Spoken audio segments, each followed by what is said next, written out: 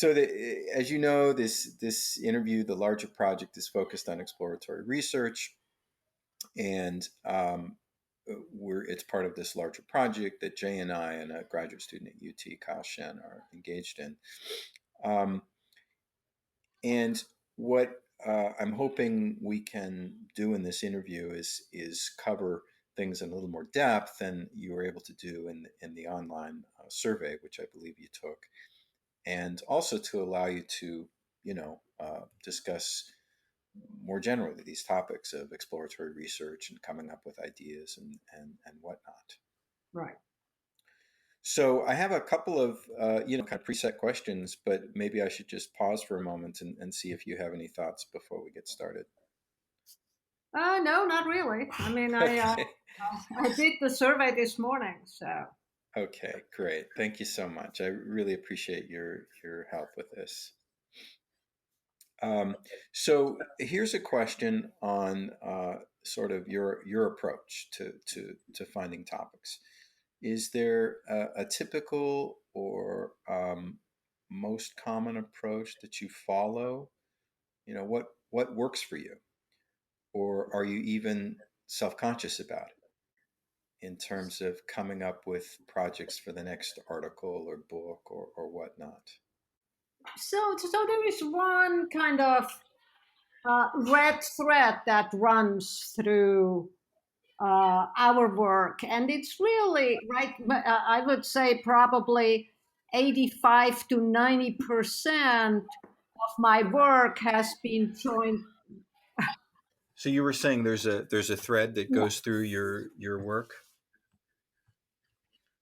Right, and that is a concern with all forms or different, not all, different forms of inequality, and with redistribution, with social policy. Right, I started out working on kind of redistribution of power through workers' participation, and then we did Hmm. that Jamaica thing, the Jamaica book, which looked at a whole kind of transformation of economy, society, political system attempt. So that's what drives it, and then kind of where we dig into this has been partly governed by life circumstances. So when John and I met, he was studying Sweden, I was studying Peru. We were shuttling back and forth. I spent, most of a year with him in Sweden. He spent most of a Hmm. year with me in Peru. My family was in Switzerland. His was in Dallas. We were living in New England. Our lives were going crazy. So we said our next project has to be a common one. And at that point, actually, we were planning on working on welfare states, which would have been a more direct outgrowth of John's dissertation. And thank God that didn't happen, given all we know about, shall we say, gender prejudice in the profession. Uh, but and what happened was he got right. The job market was terrible when we came out, so he got. I won't bore you with the many back and forth, but ultimately he got a job at Brown, but it was in development. So they expected him to, work on developing countries. Well, uh, Latin America, social democracy, in the late 1970s, we looked at an N of one, and Hmm. that was Manly's Jamaica. So that's how this came about. Um, And all the way. So one of your questions was how kind of do you keep, what did you do before you really wrote the grant application? So we kept following the literature, right? So then after the Jamaica book, we did the Capitalist Development and Democracy, and that was again partly accident. That is, uh, we were colleagues with Dietrich and friends with Dietrich Ruschemeyer, and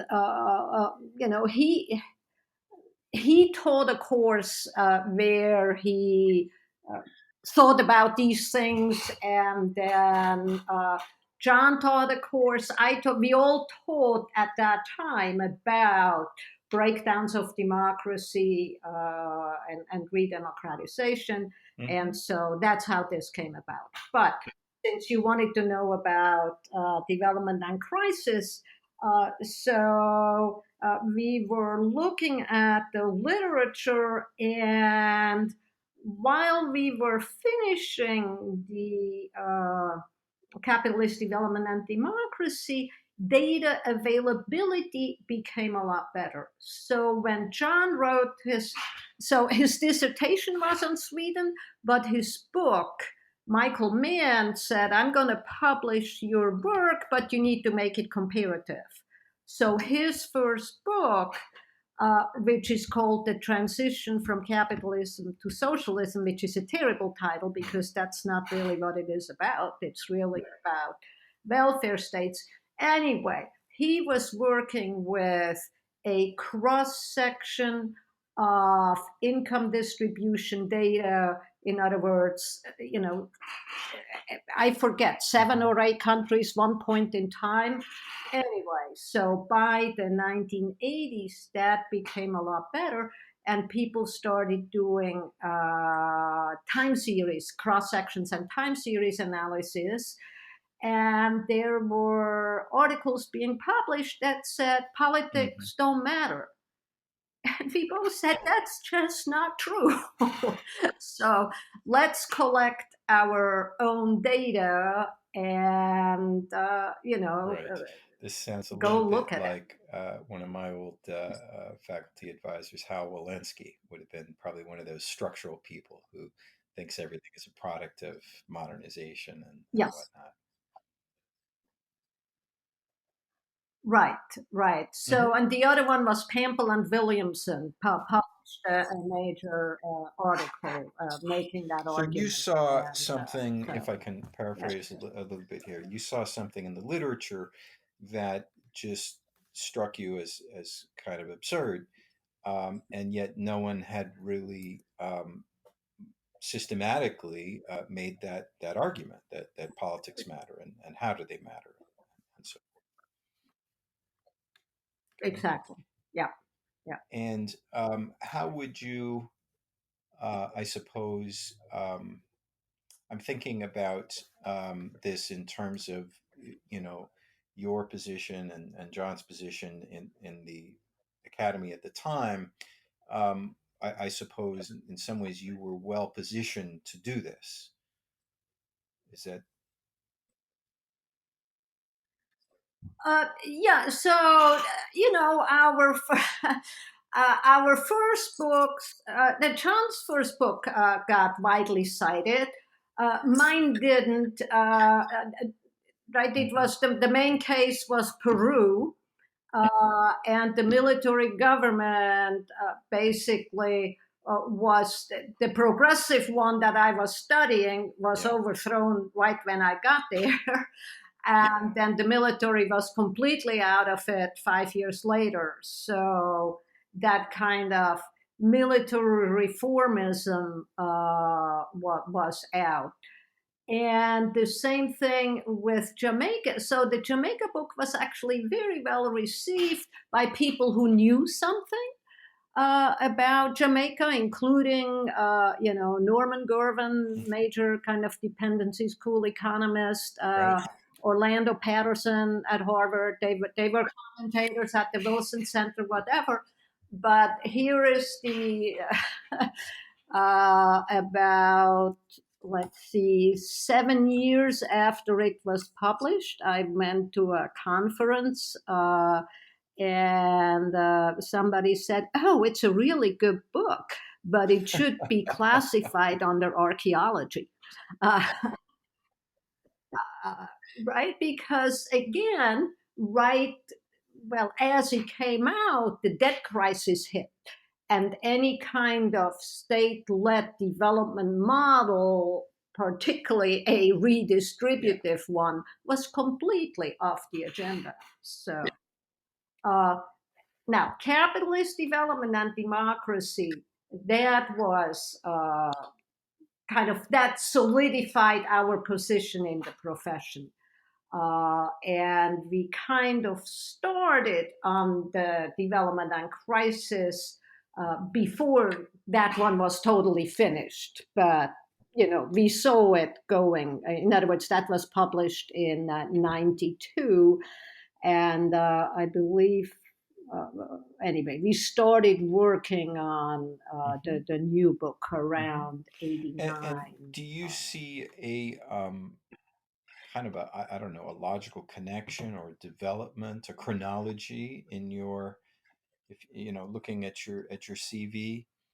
Is there a, like, if you were writing your own autobiography, would you say, oh yeah, the track of research moved from here to there, or do you see it more as just a succession of topics that are similar or related? It's also, it's different, right? How do power relations in society change with economic structures, and then how is that reflected in state Hmm. action and distributive outcomes? So.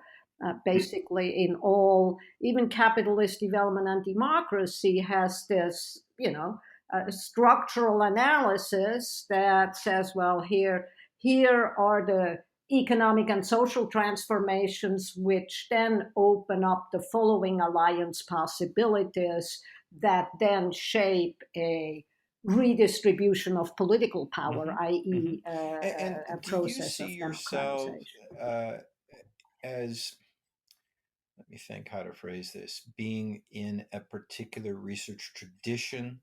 You know how if you're a sociologist, you're a Weberian or you're a Marxist or you're a Durkheimian or whatever.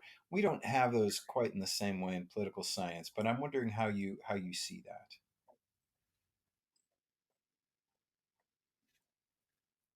I Hmm. would definitely say that we have a class analytic frame. In other words, I think Hmm. uh, classes are important phenomena. Now, obviously, kind of there is a big step from objective class to subjective class and class action and so on and so forth, and that's what we have to analyze. But I think we need to start with uh, how a Hmm. society's productive structure is organized, and how skills are distributed, how property is distributed, and then we go to how does organization emerge on this structural terrain. Right, right, right. So you have a maybe more of a theoretical framework than many folks do. I think that's true. Yeah. Okay.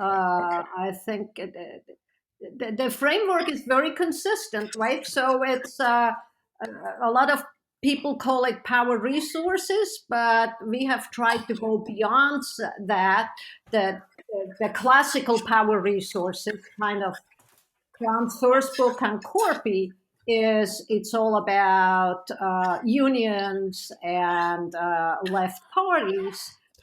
Well, there are other, in other words, other organizations in civil society that one has to take seriously, and then one has to look at the the coherence and organization and so on of the opponents of labor, right? Hmm. Hmm. But certainly that's the foundation. In Right, other, right, right, right. Um, has there ever been a point in your life when you've struggled to find your next topic, your next project? not struggle, but so after we finished the Democracy and the Left, the Latin America book, we kind of were going back and forth a little bit, just precisely how should we phrase the new one. And it has been a little more difficult to concentrate on the book because, as you well know, the pressures of publishing with graduate students have become stronger. And so we have found ourselves more, I don't want to say sidetracked, but to some extent it is a little bit more drawn into articles. Right. And But anyway, it was pretty clear we wanted to continue the focus on social policy, inequality, and so on. So essentially, what we settled on is the different forms of inequality that have grown in the last 20 years, kind of what have been the drivers Hmm. and how has state action. So we are looking a lot at labor markets and then changing state action to reduce the inequality generated in the labor Hmm. markets. Hmm. And if you could maybe reflect a little bit about how you decide on a new project, what are the things that you're looking for that excite you or that make you feel like it's really worthwhile spending time on a subject? It's a lot the political discussion, Hmm. right? So uh, yeah, kind of what is assumed is going to happen. So when we started on development and crisis of the welfare state, the big argument was, well, growth to limits, this is the end of the welfare state, globalization is going to do it all in, and so on and so forth. And so that's, we wanted to see to what extent is this true. And frankly, we didn't really have a clear opinion on that Hmm. at that time, just how damaging globalization would be for the welfare state. As it turns out, of course, as many other observers have noted, it's demographics, slower growth, and so on that has been much more important as a constraint on the welfare state than Right, globalization. right. Uh, So you think that many of your projects have grown out of current political and policy debates? yes, Okay, yeah. great. And do you, but I wouldn't call I mean, you're not a policy person per se. You're addressing these things at a more macro level, I think. Absolutely, absolutely, Right, yeah. No, in other words, we are interested in those big claims, right, right? Welfare states have become unsustainable. Inequality is just going to happen. Financialization, globalization is just going to drive up inequality. Well, it's basically not right. true. In other words, right? So No, anyway, yeah. absolutely. And it's such an important point to make and an important, kind of area where academics can do something that the policy experts are just not really focused on. Right. Um, so here's a question. Do you have a kind of unusual, off the wall, serendipity type story about, I guess maybe your Jamaica project was a little bit like that in terms of, Yeah, that was definitely driven by the job Right. market, right? Well, by the job market and the fact that the job market times personal decision that we wanted to work together. Right. Right. And did you find that the sort of the union of your quite different regional expertise in Western Europe and Latin America, respectively, was that a productive one and something that comes back sort of periodically in your work? Mm. Yes, yes, I think that that has been fruitful because it it makes us question, certain things that others may assume as just givens, Right. right? Right. There is that sort of I don't know, offhand assumption that the world of the OECD, the advanced industrial states and the developing world are so different that they need different sections and different journals and different, uh, Right. and you've really bridged that gap. To some extent, yeah. I mean, the only explicit cross-regional comparison we have done is in the Latin America book, where we have a chapter comparing Southern Europe to Latin America. But so the others, well, that's not entirely true. My first book, the Peru book, started out with workers' participation models across the world. At that point, Yugoslavia still existed, Hmm. Yep. and so Yep. right that anyway. So it was France, Germany, Yugoslavia, Sweden, and Peru. So Hmm. anyway, yes, there definitely can be very useful kind of compare slash contrast type of Hmm. analyses. Um, can you say something about your experience with doctoral students? I find that many of the students I advise really have trouble coming up with a topic for the dissertation, as did I when I was a graduate student. I'm wondering whether you have some good advice, or what sort of advice you offer. What I say always, and my students have internalized that, most of them, is ask a big question that matters. In other words, don't go and look for a little hole in the literature, but rather look at something that you are passionate about. I would rather have an imperfect answer to a question that matters than a perfect answer to a Hmm. trivial question. And the main thing behind that is, look, you're going to live with this for at least 5 years. Okay. It's 1 year developing the proposal, 1 year doing the field work, 1 year writing it up, and at least 2 years turning it into a book. And if you are not passionate about your topic, you're going to get sick of it. You are going to hate your life. You're going to try to treat it like a 9 to 5 job. And it doesn't work that way. In other words, you don't make it in academics unless you are passionate about your topic and you are engaged in it in pretty much Hmm. around the clock. I mean, within reason. I'm not saying, right, I'm not expecting them to work 60 hours a week, but to, while they are out, swimming or riding the bicycle, whatever, that they think about it.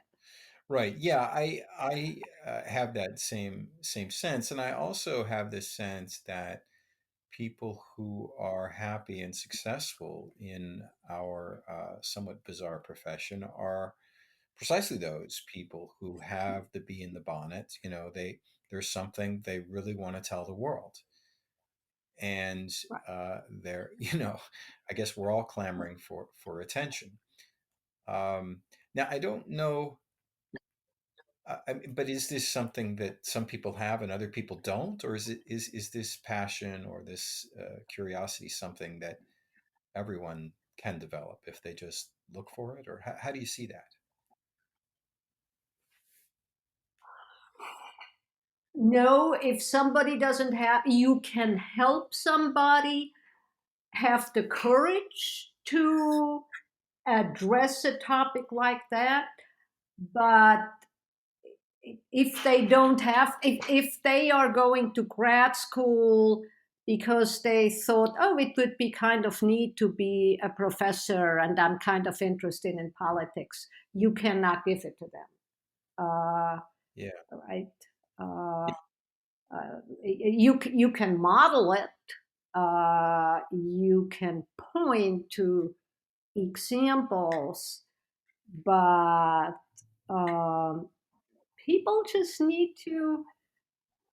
Yeah, it's really true. The really successful students, um, they have that drive. They want to understand the world. They want the answers to some important Right. questions. Do you encounter situations where students are maybe a little too dogmatic in that they feel they already know the answers? Or do you not see that as really much of a problem?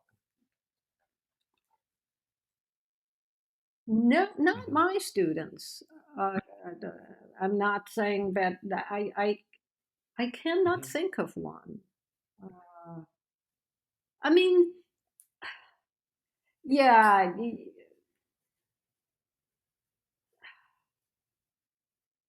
no, running through them, Okay. really not. I Okay. couldn't say that. And sort of more on this theme, my own impression is that the most influential people in any field are those people with the ability to ask fruitful and interesting questions. Um, but I don't really know, aside from that sort of personality characteristic of passion, um, how that comes about, or if this is some kind of personality characteristic, or if it's something that can be taught, or how where this I you know think, what I'm trying to say? I think, yeah, completely. But look at look at dedications in books. What do you see most often?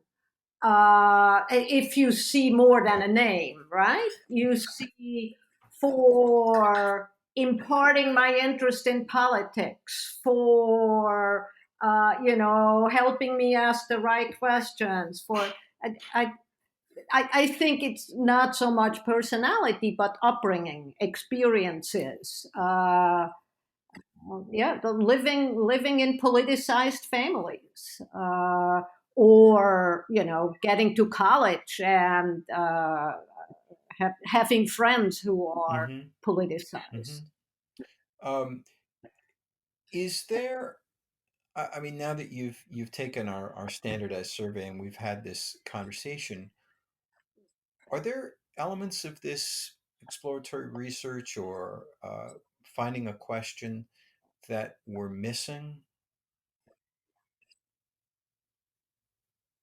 What what should I be asking you? uh,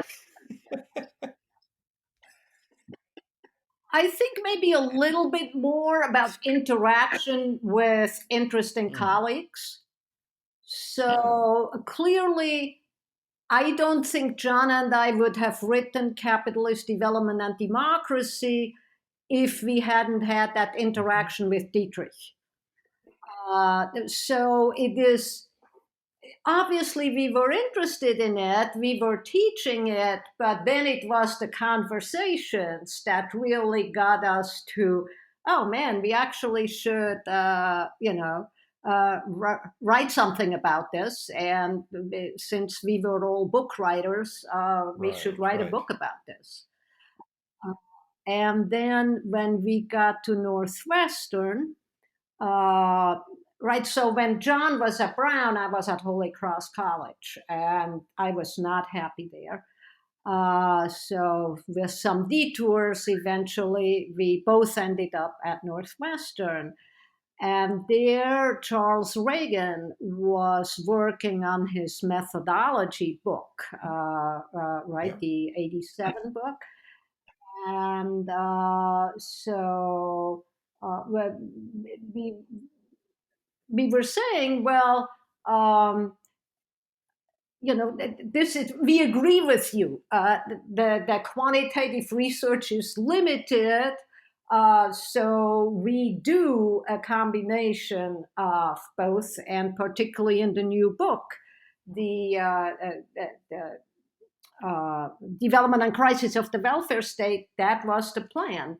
To do the quantitative stuff and then systematic Mhm. comparative case studies. And so he was interested in that, and he was interested in collecting the data. So we wrote our NSF Mhm. grant with Charles, and we got research assistance from the what then was called the Center for Urban Affairs, I believe. Now it's called something different. But anyway, it was one of those centers that could give you some time off and research assistance. So clearly, our work was facilitated by having interesting colleagues and having Hmm. institutional Hmm. support. And if I could go back for a minute to your collaboration with Dietrich Ruschmeyer, Dietrich is a theorist, right? And in sociology, I think the back and forth between theory and empirics is much more common than it is in political science. Exactly. So Dietrich, when he was 80 years old, he wrote a book called Right. Usable Theory. So that's yes, that is So it's, very I don't true. know if you agree with me, but it's a little bit of a shame that we don't have that kind of theory field, or it's doesn't seem as available to us in political science as a way of thinking through our empirical projects. Yes, I agree. I agree. Okay. Yep. All right. Well, this is great. I feel like we could talk for a much longer period, but I've run through my questions. So unless there's something you'd like to add or elaborate on.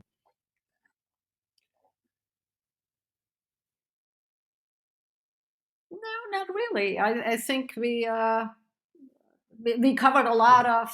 of ground. Uh, so here is I think this is totally irrelevant to your topic. In other words, how people get ideas and so on.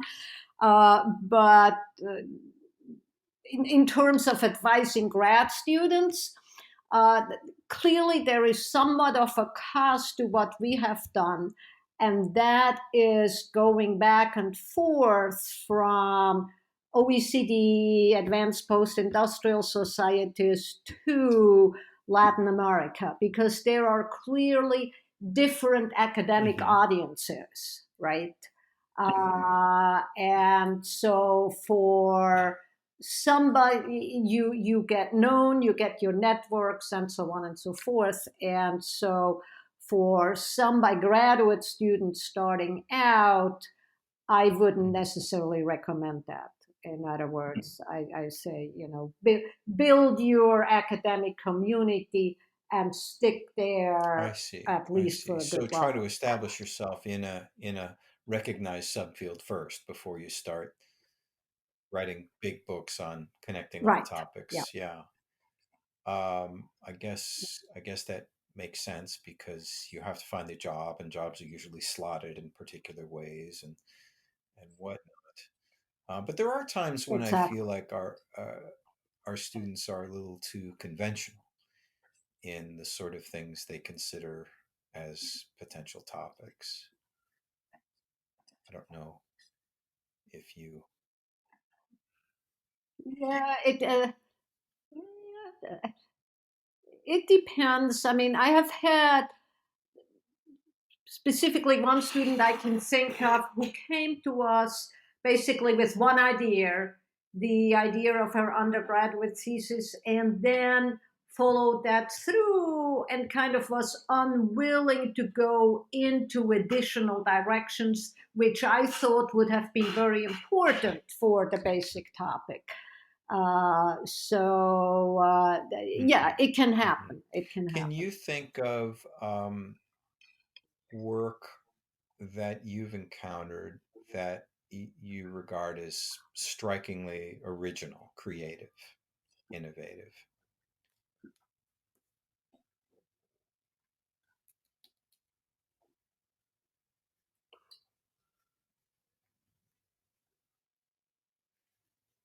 Well, I mean, going back to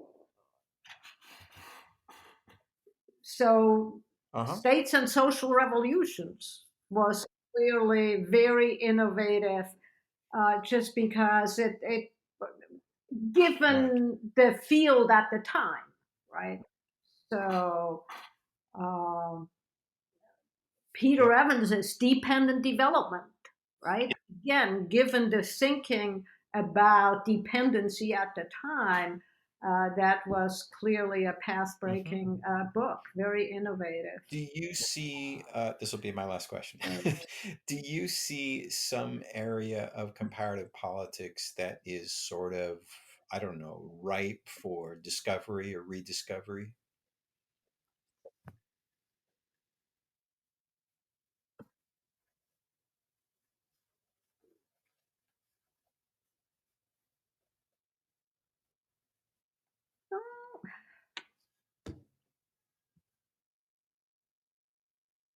I think that there are a lot of there is so much being produced right now, right? Because now you have Europeans being major contributors to the debate, you have Latin Americans being major contributors to the debate.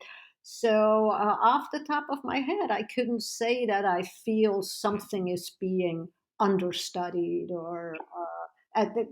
Like a whole field. Of course, there is this question, that question, but a whole Right. research tradition, a whole field. Okay. I Okay. couldn't All come right. up with anything right now. Well, thanks again, Evelyn. I really appreciate it. And if you have further thoughts about, putting this out there, as a blog, a podcast, or in any other format, or if there are any parts that you'd like us to redact, just let me know.